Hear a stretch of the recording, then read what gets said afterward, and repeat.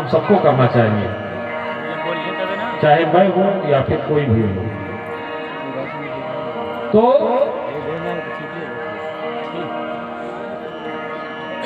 वशिष्ठ जी ने कहा, राजन क्या करूं, मैं भी तो सोच ही रहा हूं कि जनक जी से कहा जाए, आप ही क्यों नहीं कहते। दशरथ जी ने कहा, मैंने कई बार प्रयास किया है जनक जी से कहने का, लेकिन जब जब मैं जनक के सामने जाता हूं ना, तो हमें अपने दिन याद पड़ने लगते हैं। कहा आपका क्या हुआ।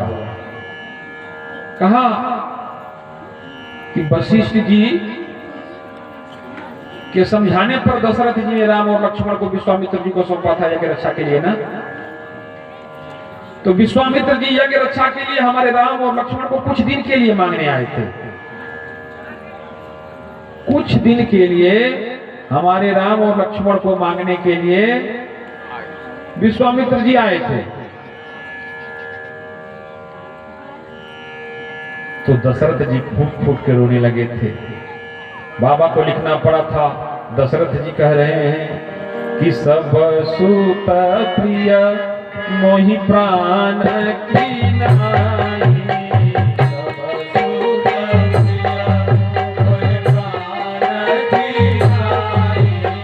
सब सुत प्रिय मोहि प्राण की नाई,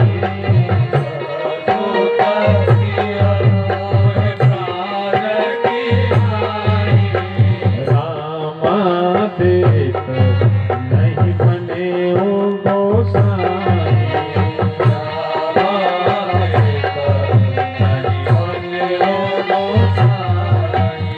रामा देत नहीं बने हो गोसाई।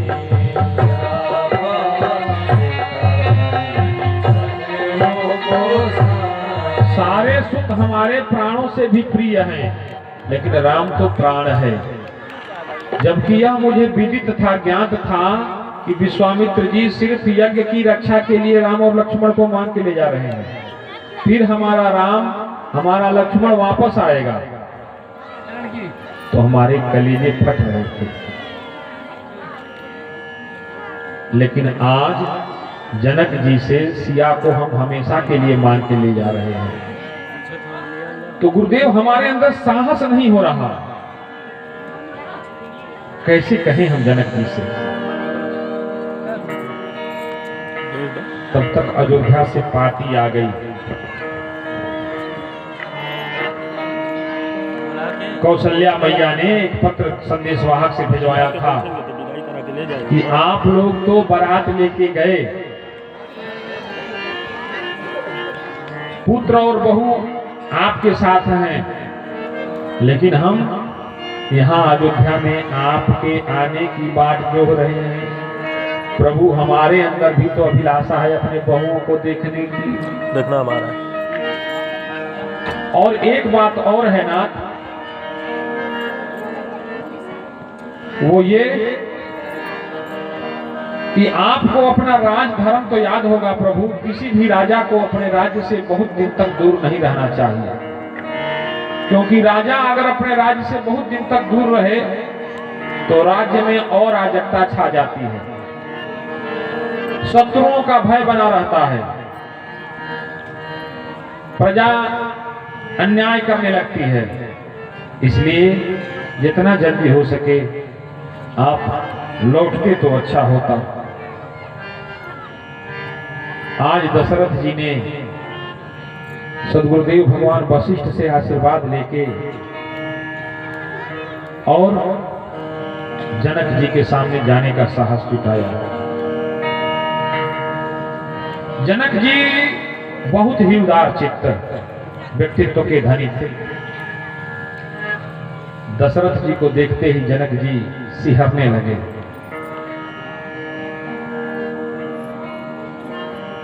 कहा, नाथ आप एक बड़े राज्य के राजा हैं,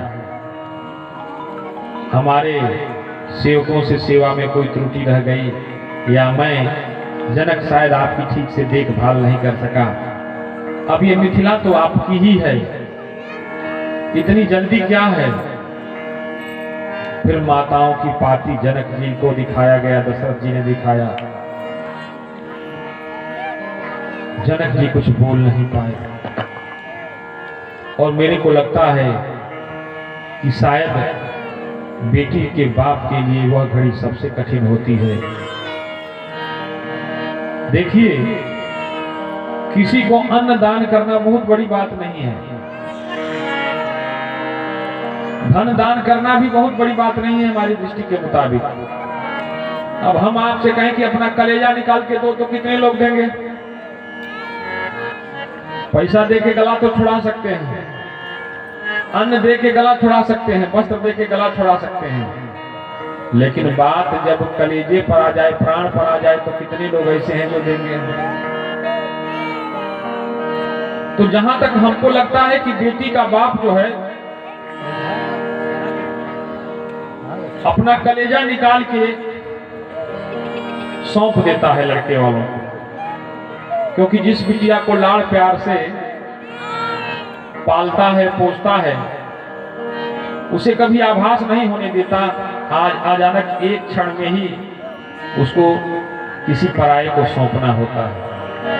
और शायद जहां तक मेरे को लगता है कि हर बाप के जीवन में यह घड़ी सबसे कठिन घड़ी होगी। अगर किसी से पूछा जाए तो हमारी समझ के मुताबिक जीवन के सबसे कठिन निर्णयों में, सबसे कठिन परिस्थितियों का एक यह परिस्थिति होगी। हमने तो नहीं देखा है कि कभी बिटिया की विदाई हो रही हो और बाप से सामने खड़ा हो।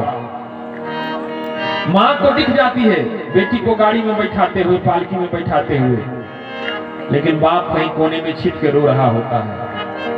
आज वही स्थिति है जनक जी की, आज वही स्थिति जनक जी की है। जनक जी सामना नहीं कर पा रहे सिया जी का, कैसे बिटिया की विदाई करें?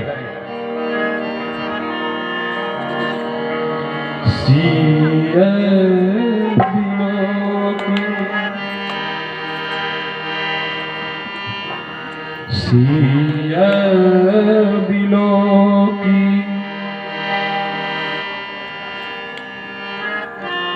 धीरता भागी। सीता जी को देख करके जनक जी का धैर्य जवाब दे गया। देखिए, आज धर्म की मर्यादा सामने आके खड़ी हो गई। विदेह राज भी आज ते ही हो गए बिटिया की विदाई करते समय। तो सिया बिलो की धीरता भागी,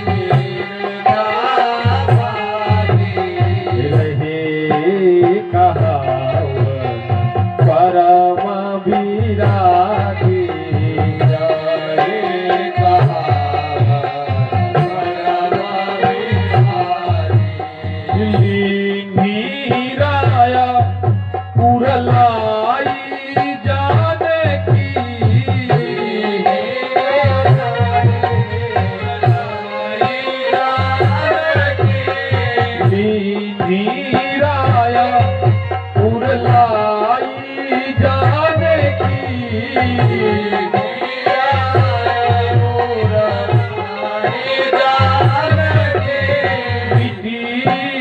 महा